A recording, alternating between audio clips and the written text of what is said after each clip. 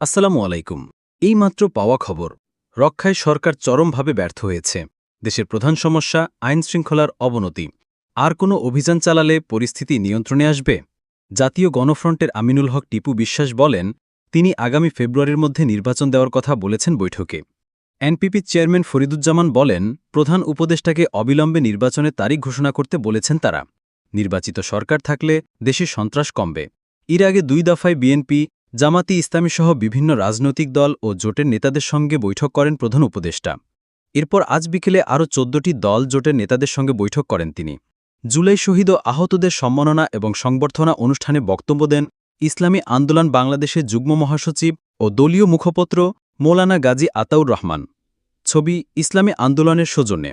অন্তর্বর্তী সরকার জুলাই যোদ্ধাদের ভুলে গিয়ে নির্বাচন নিয়ে ব্যস্ত হয়ে পড়েছে বলে অভিযোগ করেছেন ইসলামী আন্দোলন বাংলাদেশের যুগ্ম মহাসচিব ও দলীয় মুখপত্র মৌলানা গাজী আতাউর রহমান।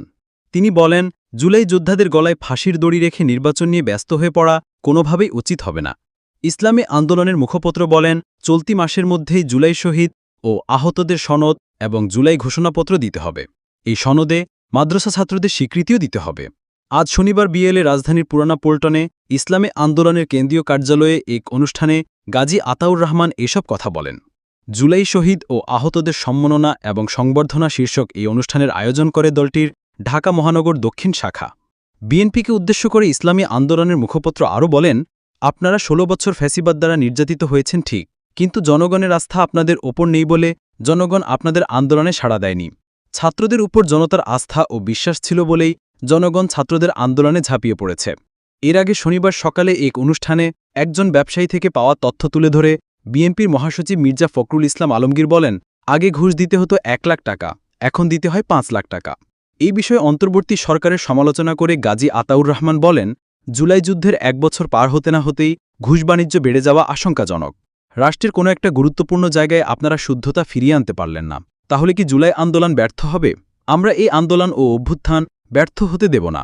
ইসলামী আন্দোলনের যুগ্ম মহাসচিব ও ঢাকা মহানগর দক্ষিণের সভাপতি মাওলানা মোহাম্মদ ইমতিয়াজ আলমের সভাপতিত্বে অনুষ্ঠানে আরও বক্তব্য দেন সভাপতি আলতাফ হোসাইন, এমএচ মুস্তফা, সেক্রেটারি আব্দুল আউয়াল, সাংগঠনিক সম্পাদক কেএম শরিয়াতুল্লাহ, মৌলানা মোহাম্মদ মাকসুদুর রহমান, নজরুল ইসলাম প্রমুখ।